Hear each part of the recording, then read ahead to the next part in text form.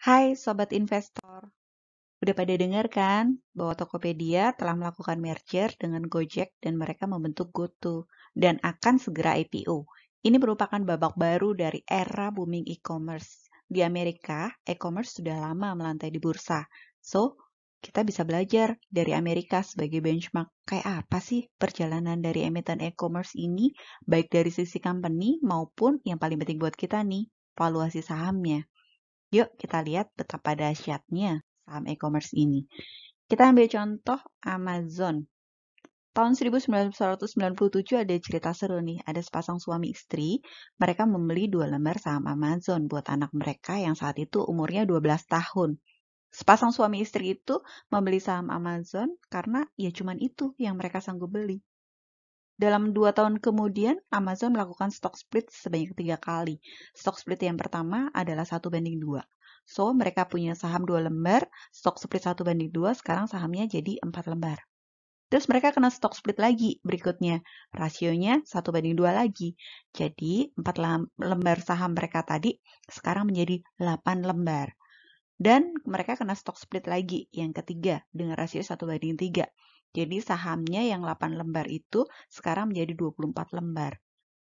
So total sekarang kepemilikan saham mereka yang tadinya mereka beli hanya 2 lembar udah jadi 24 lembar. Setelah sekian tahun berikutnya si anak butuh uang, tapi orang tuanya nggak ngebolehin anak ini untuk jual saham Amazonnya. Dan 24 tahun kemudian, Amazon menjadi salah satu perusahaan terbesar di dunia.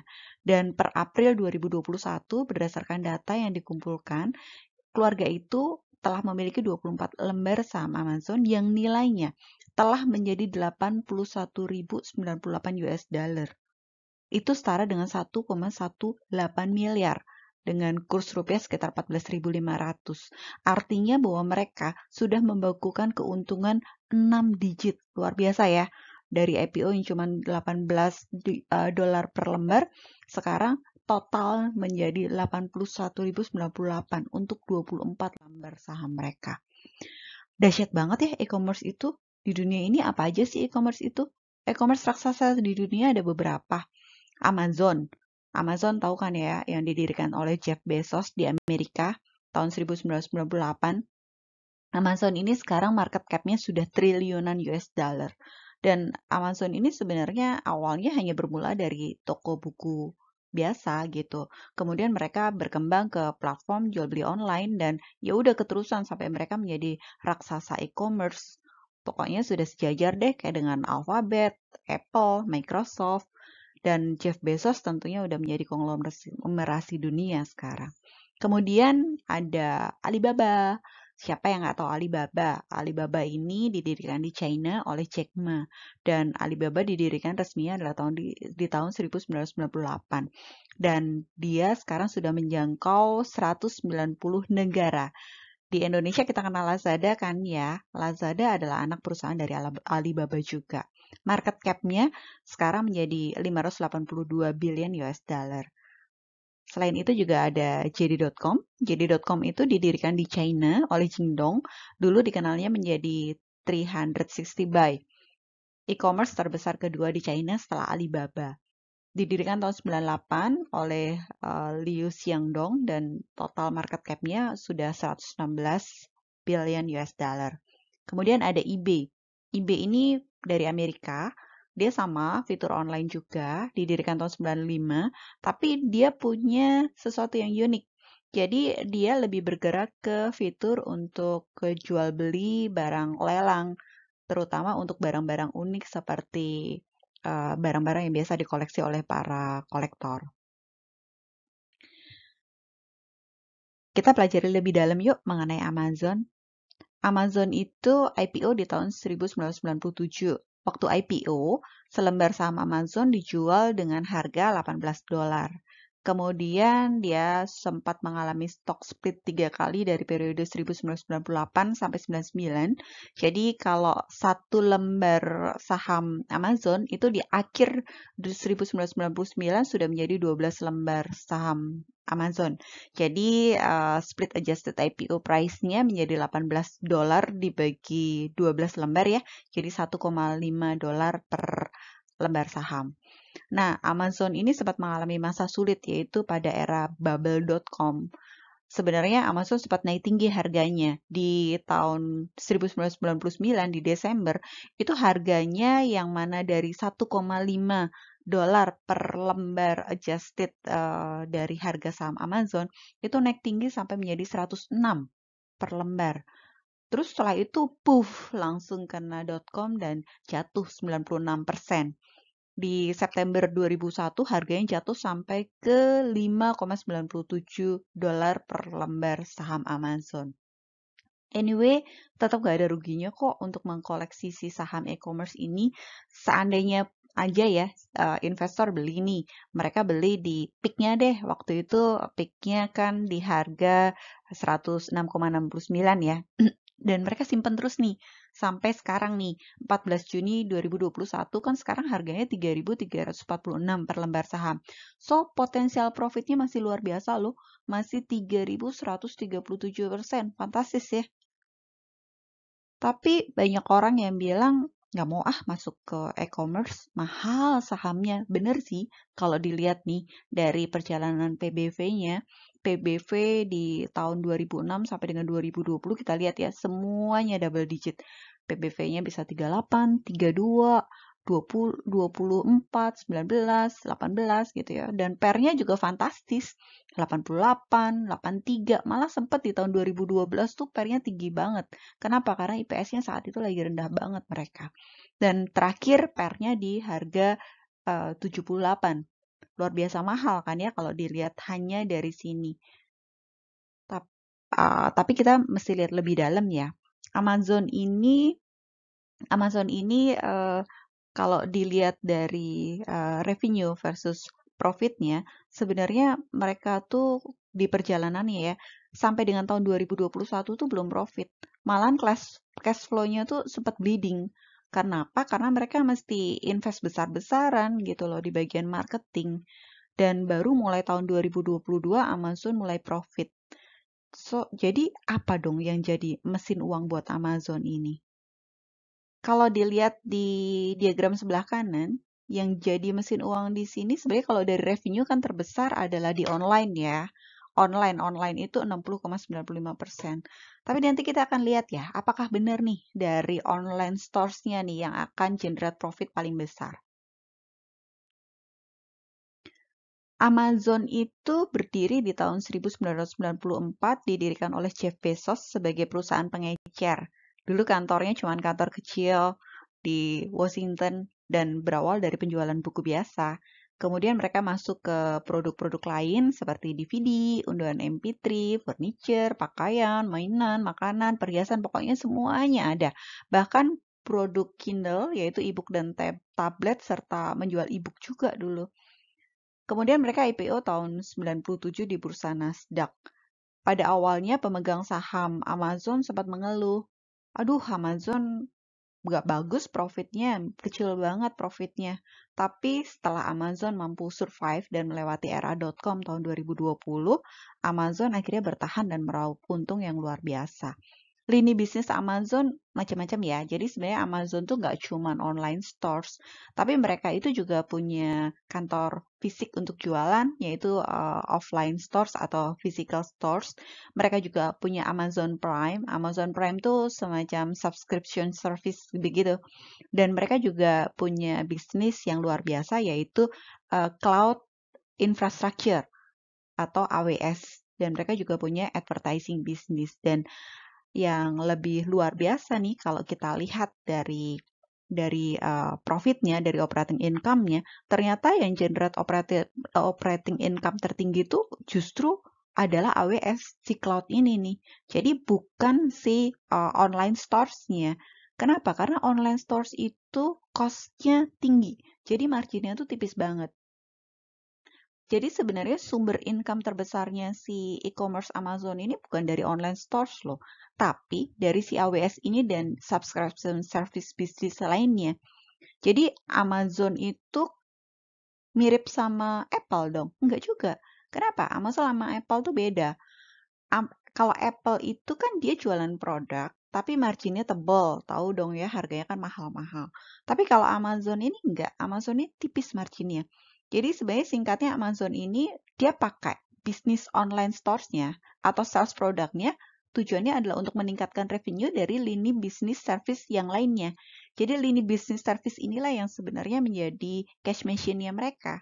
Jadi kalau kita lihat Amazon hanya dari revenue-nya aja, pasti kita akan berpikir mesin uangnya adalah online stores, but it's totally wrong. Karena bukan itu sumber pundi uang terbesarnya, tapi dari bisnis service seperti AWS dan lini subscription service-nya.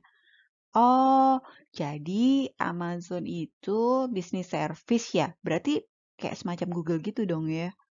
Bukan juga. Google dan Amazon memang sama-sama berebut mendominasi pasar. Tapi kalau Google kan dia lebih ke search engine ya. Sekarang siapa sih kalau yang cari sesuatu nggak pakai Google? Pasti pakai Google. Nah, sementara Amazon, dia semi monopoli di bidang e-commerce dan advertising. Tapi core bisnis Amazon sendiri lebih ke online stores. Tapi online stores ini sebenarnya hanya mereka jadikan fondasi untuk membesarkan bisnis mereka yang lainnya, yaitu bisnis seperti Amazon Advertising Service, Amazon Prime, dan si AWS itu sendiri. Nah, jadi ceritanya gini nih, kalau kita mau tahu kayak apa sih bisnis modelnya, kita lihat ya, cash machine-nya tuh bagaimana sih sistem kerjanya. Si Amazon ini kan ngambil barang-barang dari vendor. Nah, dia jual ke customer. Dia dari customer tuh dapat payment langsung. Jadi cepat gitu loh paymentnya dari customer. Tapi dia sendiri bayar ke vendor, ini kan ada tenggat waktunya ya. Nah, jadi di sini nih dia mengambil keuntungan. Amazon memiliki kekuatan likuiditas alias uang cash yang sangat besar. Nah, uang cash inilah yang mereka puter buat akhirnya ngebesarin bisnis mereka yang lain. Dan sebenarnya bisnis mereka yang sesungguhnya adalah si Amazon AWS bisnis ini yang generate bisnis luar biasa. Secara revenue sebenarnya AWS ini nggak sebesar di online stores, tapi secara margin tebal. Jadi justru inilah yang generate profit paling besar gitu. Dan tara di 2018 Amazon Advertising telah menghasilkan 6 billion dollars untuk revenue-nya. Jadi baik AWS maupun Amazon Advertising ini bukan bisnis ecek-ecek nih. Ini benar-benar bisnis besar. Bahkan Amazon Advertising itu udah disejajarkan dengan punyanya si Google tuh Facebook gitu. Dan mereka juga punya Amazon Prime loh. Amazon Prime itu adalah bisnis subscription. Jadi kalau join membernya, maka si member ini dapat privilege, barang akan datang dalam durasi tertentu. Jadi sangat cepat. Nah, pasti kalau ada jaminan barang datang cepat, customer pasti dong akan kembali ke situs itu buat belanja. Ini sama kayak di Indonesia ada e-commerce yang mereka menawarkan gratis ongkir. Dan alhasil kita balik lagi tuh ke situs itu karena promo itu. Nah, kalau di mereka sistemnya adalah dengan subscription menjadi member ini nih. Selain itu juga si member ini dapat privilege untuk bisa ke bisnis service Amazon yang lainnya. Ya, jadinya juga ngebesarin bisnis Amazon yang lainnya juga sih. Dan AWS inilah yang sebenarnya bermargin tertebal. So guys, kalau kita mau invest ke bisnis e-commerce, hal utama yang mesti kita tahu adalah sebenarnya bisnis apa yang bakalan dibesarin untuk jadi mesin uangnya si e-commerce tersebut. Karena kalau kita lihat nih dari rasio keuangannya, lihat ya, di operating margin-nya mereka rata-rata tipis banget, cuman kayak 5,9%, kemudian 2,3%, net profit margin-nya juga kecil, ROE-nya juga kecil, cuma 22% gitu ya, dan itu pun nggak stabil. Kalau kita lihat ke belakang, ada yang sampai minus segala gitu. Book value-nya mahal banget. Jadi kalau dilihat dari sini kayak nggak masuk akal untuk kita invest ke situ. Tapi kembali lagi ya, yang namanya kita invest ke bisnis e-commerce itu adalah kita invest ke growth company gitu. Jadi nggak bisa kita lihat hanya dari sini. Kita mesti masuk ke yang lebih dalam. Dan buat teman-teman kalau mau explore lebih dalam lagi, sebenarnya gimana sih cara memvaluasi e-commerce company itu? ada dua hal besar nih, setidaknya ada dua key valuation utama, yaitu dari sisi customer dan dari sisi finansial. Dari sisi customer itu ada active customer. Active customer itu maksudnya adalah jumlah customer yang masih order dalam 12 bulan terakhir. Kemudian ada charm. Charm ini kebalikannya dari yang nomor 1 ya. Kalau charm ini yang udah nggak aktif lagi dalam 12 bulan terakhir. Kemudian ada average order value. Ini adalah nilai rata-rata order. Kemudian ada lifetime value. Ini adalah net present value atau nilai saat ini dari kontribusi margin tiap customer. Kemudian ada customer acquisition cost. Nah ini cost-nya gede banget nih. Ini sebenarnya adalah cost yang diperlukan untuk menambah customer. Jadi kalau di Indonesia kita tahu kan suka ada promo cashback 100%, kemudian ada promo diskon 50% gitu. Nah ini adalah biaya customer acquisition cost. Inilah yang sangat besar sebenarnya. Kemudian parameter berikutnya ada total addressable market. Ini adalah sebenarnya berapa gede sih valuasi dari market yang ditembak sama si e-commerce ini. Kemudian ada average revenue per user. Ini kayak berapa sih sebenarnya total revenue dibagi dengan total pengguna. Dan yang terakhir ada net promoter score. Ini mengukur sebenarnya seberapa besar customer mau merekomendasikan situs e-commerce ini. Dan di sisi kanan itu ada sisi finansial. Kalau di sisi finansial itu ada gross merchandise value. Ini adalah total barang yang dijual. Kemudian ada gross profit per margin. Itu adalah rasio gross profit dibagi dengan marginnya. Kemudian ada sell-through. Sell-through ini adalah persen barang inventory yang terjual dalam periode tertentu. Biasanya ini buat mengukur saham-saham e-commerce atau yang sifatnya inventory ya. Kemudian ada EV dibagi dengan active customer. Ini adalah equity plus net debt dibagi dengan jumlah customer aktif. Kemudian ada EV dibagi dengan gross profit, itu adalah equity ditambah dengan net debt dibagi dengan gross profit. Dan EBITDA, kalau EBITDA udah umum ya, EBITDA adalah equity ditambah dengan debt dibagi dengan earning before interest tax, kemudian depresiasi sama amortisasi. Dan ada LTV per CAC. Ini adalah contribution per customer dikalikan dengan average customer life-nya dan dibagi dengan customer acquisition cost. Ingat ya, karena yang paling penting adalah sebenarnya berapa besar uang yang sudah disuntikan untuk si customer acquisition ini. Nah, buat referensi teman-teman, buat nunjukin bahwa sebenarnya memang e-commerce ini nggak murah kalau dari sisi valuasi sahamnya. Kita lihat ya, PE-nya, PBV-nya luar biasa mahal. Amazon, eBay, Alibaba, JD, Pinduoduo, dan seterusnya kita lihat semuanya double digit. So, kalau kita menakar saham e-commerce dengan value, rasanya sih nggak akan masuk ya. Mungkin mesti kita lihat dari kacamata yang berbeda. Nah, kayak apa sih perkembangan e-commerce yang di Indonesia nanti setelah melantai? Kita tunggu aja ya perkembangannya kayak apa. Oke guys, thank you for watching. Kalau video ini berguna, please subscribe dan like ya. Dan jangan lupa bunyikan notifikasi supaya nggak ketinggalan video kita selanjutnya. Terima kasih.